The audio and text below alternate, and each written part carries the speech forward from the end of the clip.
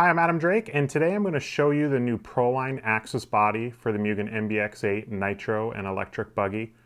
Part number for this body is 3553-00.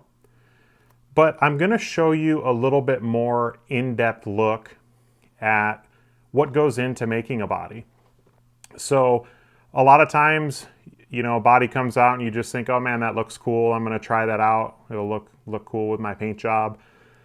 But behind the scenes, a lot of work goes into the finished product to make sure that the body fits and clears everything on the vehicle with different configurations. Like, for example, with the Axis body, it was designed or made so that we could use the same body for both nitro and electric. Well, you have different configurations or layouts between the two platforms. So you have to make sure that the body has clearance for the air filter, the linkage, the exhaust pipe, things like that for the nitro. And then on the electric side, it has to clear the electric motor and also the battery. Speaking of the battery, with the Axis body on the MBX8 electric, it will fit any of the kind of smaller 4S batteries. So like I use the ProTech 5600 milliamp HV battery, and it fits perfect with this body.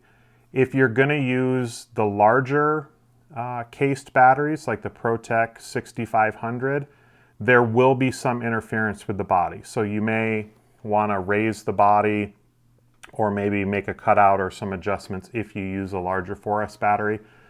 But for buggy, the 5600 or smaller should be more than enough power and runtime for the electric buggy class.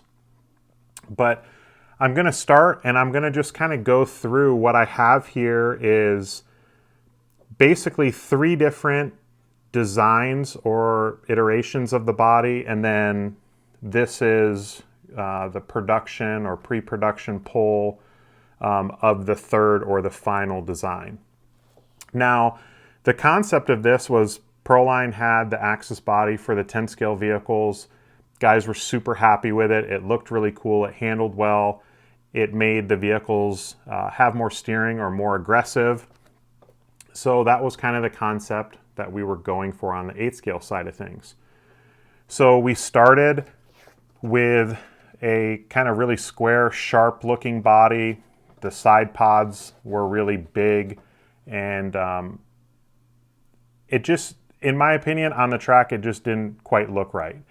And it looks super cool on the computer, but we put it on the track, and because the 8 scale body is actually fairly short in comparison to like a 10 scale body, even though a 10 scale body is actually shorter, but in proportion as far as length and width, the 8 scale body is really wide, where a 10 scale body is really narrow and has a much longer look on the track. So I thought the side pods looked too big. And then the other thing was the original test body was just really, really aggressive. And we were going for the performance side of things to make it more aggressive and to have more steering, but I felt like we went a little bit too far with how wide the windshield was and also how stood up the front windshield was. So went back, talked with the guys. We made some revisions or design changes, looked at it on the computer. We all kind of gave our input, and once we thought it looked better on the computer, and we also thought it was going to make some improvements to the handling to give it a little bit more side bite and also to take away a little bit of initial steering, we went ahead and prototyped version 2 of the body. And version 2 was much better. It kind of calmed down the steering. It was still very aggressive. The side grip was better, but I still felt like the balance wasn't quite there. It was better, but I still wanted to increase the amount of side bite because we had increased how much the body steered into the corner, that it would get a little bit loose mid-corner. So I wanted to have a better balance of downforce on the front as well as the side when going through the corners. So we made a few more changes, made The side pods look a little bit more sleek. They're still tall to where it clears the electric battery and also the pipe, but it just had a much lower profile, cleaner look. Adjusted the windshield angle slightly, and I was super happy with the body. From there, we did a few other little tests just where we kind of played with the position of the body. We lowered the body mounts, raised them a little bit just to see how that kind of helped or affected the grip level.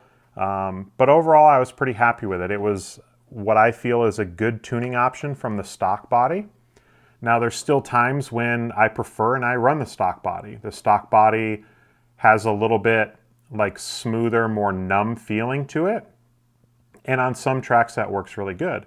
But if I want my vehicle to be more aggressive, I can run the Axis body, and it's going to give me a little bit more like sharp feeling on the track. It's going to just kind of carve the track a little bit sharper. And the fourth body I have here is the same version as version 3, but this is actually pulled off the final mold.